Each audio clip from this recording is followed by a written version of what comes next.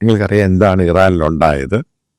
അതിനുശേഷം American president കൊടുത്ത warning, Gulf രാജ്യങ്ങളുടെ ഇടപെടലിൽ അമേരിക്കൻ സൈനിക വിന്യാസം പിന്നീടുണ്ടായത്, ഖത്തറിൽ നിന്നും മെയിൻ അമേരിക്കൻ ബേസ് അതിൻ്റെ പേരിൽ അവിടുന്ന് മറ്റുള്ള രഹസ്യ സങ്കേതങ്ങളിലോട്ട് മാറുന്നു.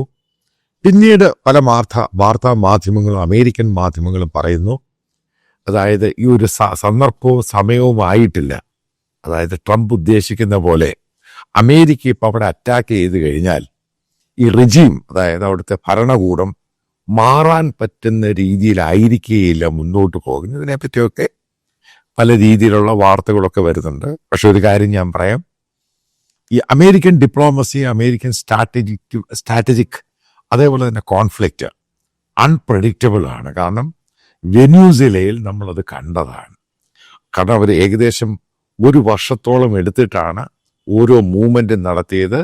ലോകത്തെ മുഴുവനും ഞെട്ടിച്ചുകൊണ്ടാണ് ഒരു സുപ്രഭാതത്തിൽ ഏകദേശം 1-1.5 മണിക്കൂർ നീണ്ടുനിന്ന ഓപ്പറേഷൻ അവിടുത്തെ നിക്കോളാസ് മഡുറോയും ഭാര്യയെ തട്ടിക്കൊണ്ടുപോയി.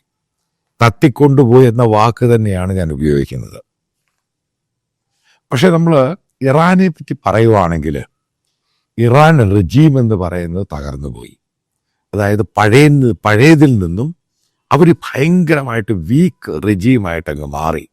ഒന്നാമത് സാമ്പത്തികമായി തകർന്ന ഇറാൻ, രണ്ടാമതായിട്ട് IRGC അതായത് ഇസ്ലാമിക് റവല്യൂഷണറി ഗാർഡ് എന്ന് പറയുന്ന അവരുടെ പട്ടാളത്തിനകത്ത് 2 വിഭാഗം ഉണ്ടായി എന്ന് പല മാധ്യമങ്ങൾ റിപ്പോർട്ട് ചെയ്യുന്നു.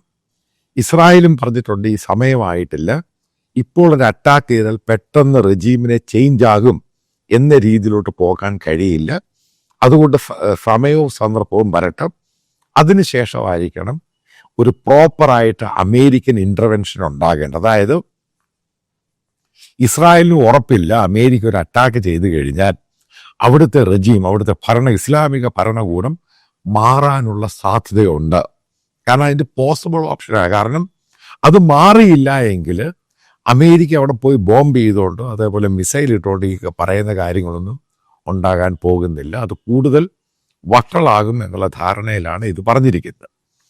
ഏതായാലും നമുക്ക് നോക്കാം ഏതൊക്കെ രീതിയിലായിരിക്കും അമേരിക്ക അതേപോലെ ഇസ്രായേലും മറ്റുള്ള രാജ്യങ്ങളും ഈ ഇറാനിയൻ ഭരണകൂടത്തിനെതിരെയുള്ള ഓപ്ഷൻസ് ഏതൊക്കെ രീതിയിലായിരിക്കും ഉപയോഗിക്കുന്നത് മനസ്സിലാക്കുക. ഇന്നത്തെ ഇറാൻ്റെ അകത്ത് ഏറ്റവും വലിയ പ്രശ്നം അവിടെയുള്ള ബഹുഭൂരിപക്ഷവും, അതായത് 95% വരുന്ന ജനങ്ങളും ആ ഭരണകൂടത്തിനെതിരെയാണ്.